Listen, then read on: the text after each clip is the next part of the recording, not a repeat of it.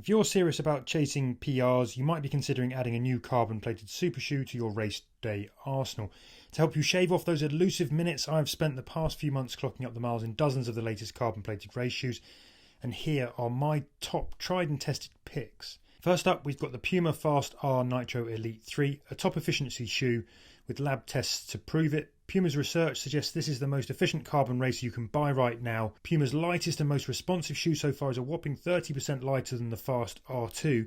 Some of that weight saving comes from the super responsive Nitro Elite midsole, with any superfluous foam trimmed off. The improved minimal ultra weave upper offers great breathability and lightweight too. Where the Fast R3 really comes to life though is when you start moving at marathon pace effort. The full-length carbon fibre power plate offers more flex in the midsole than some stiffer race shoes and gives you assertive propulsion without feeling too aggressive. It takes a few runs to find the foot strike sweet spot, but once you do, this shoe really works. Incredibly light and serving up a powerful blend of speed and agility, the Asics Metaspeed Ray Tokyo is just about the lightest race shoe out there. The Matrix upper is super airy with a barely there feel on the foot. It may not suit those who need more structure or support, but this is a punchy, energetic shoe that's perfect for chasing fast times. The Flight Foam Leap midsole foam is 15.2% lighter, 13.7% bouncier and 30% softer than its Flight Foam Blast Turbo Plus cushioning stablemate. The minimal carbon plate is skewed towards the front of the foot, giving a softer, more cushioned ride than the Metaspeed Sky Paris. Yet to run in the Tokyo, so no comparison on that one just yet. While this results in a less stiffness and snap, the firmness is replaced by added resilience and bounce. The Ray can take some controlling if your form slips, but when you're engaging the shoe right, it's incredibly lively and offers a surprisingly comfortable, smooth, cushioned ride.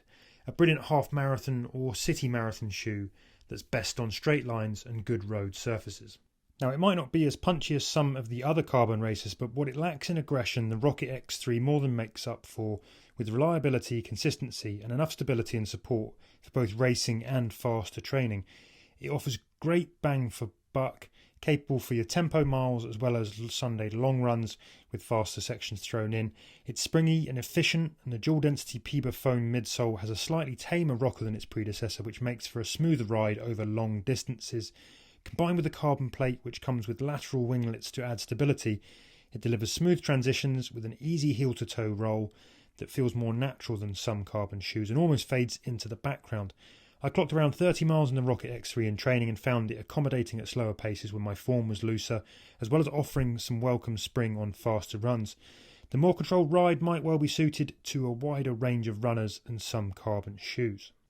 The next gen Asics Metaspeed Sky Tokyo, which I'm yet to test, may be the latest Asics carbon shoe on the block, but its predecessor still holds its own when it comes to chasing PRs. A fantastic shoe for nailing your fastest times. It's stripped back and designed to deliver speed in races from 5k to the marathon.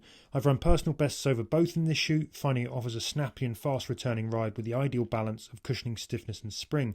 Light and supple over shorter distances, there's just enough protection to avoid your feet taking too much of a battering over the 26.2. Also without compromising on ground feel. It's a great shoe for attacking your race when you're running with good form. It's aimed at runners with a longer, bouncier stride. If you're more of a shorter stride, faster cadence runner, opt for the Metaspeed Edge instead. Designed for a range of distances, but with the marathon firmly in mind, the Adios Pro 4 is a shoe that's full of energy and urges you to push up the pace. The Adios Pro 3 was a firm favourite with many runners, and the latest iteration offers improvements that should boost this durable shoe's popularity even further. The midsole has a new Formula Lightstrike Pro foam offering added softness and bounce. The forefoot rocker has also moved further back, sitting around 60% of the way along the length of the shoe. That's the same position as in the elite-friendly Pro Evo 1. This boosts efficiency and helps you roll onto and off your toes quickly with each stride. Arguably the biggest improvement though is in the upper. The Adios Pro 4 tongues are stitched in to stop them moving around and remove discomfort. There's also a simplified lacing structure with more padding to reduce any pinch around the laces.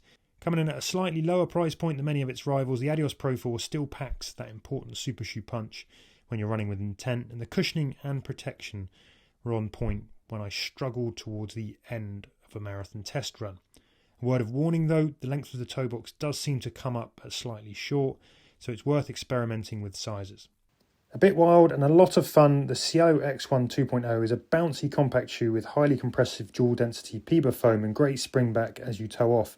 That makes it ideal for all-out race day efforts. The aggressive forefoot rocker helps drive you forward with each stride, while the wing carbon plate is designed to make it more stable and propulsive than its predecessor. Although it's heavier than some carbon options, it feels light and nimble underfoot. The midsole cutout means the medial heel is half decoupled from the main midsole, which helps shave off grams but does reduce support. If you need more stability from a shoe, Hoka's Rocket X3 Carbon Racer may suit you better. This is a fast, energetic shoe that helped propel me to a 5k PB and worked well with my mid-forefoot style. It's great when you're pushing the pace for race distances up to the half marathon, with that responsive foam and enhanced forefoot cushioning helping to reduce any battering your feet may take as you clock up the miles. Though this is a shoe that works best when you're running with your best upright punching form. If that starts to slip and the struggle bus comes calling, you may want to opt for something that feels more natural underfoot. One of the more stable and protective carbon race shoes out there, I was a big fan of the Hyperion Elite 4 PB, and the Hyperion Elite 5 picks up that baton and runs with it. Smooth and consistent, it offers extra speed and propulsion on race day, but is well suited to faster training runs and interval sessions too. The DNA Gold Puma midsole is Brooks' lightest, softest energy return foam yet. It gives added rebound with a smooth and consistent feel, even on river paths and slightly rougher terrain. The new lighter weight upper is just on the right side of snug and helps keep your foot locked down with a hugging fit. There's something pleasingly natural about the Hyperion Elite 5 underfoot as well, with the Speedvolt Plus plate almost blending into the background. These shoes are giving back, but you're in control. There's also enough stack to soften the repeated impacts, and the comfort holds out on longer runs.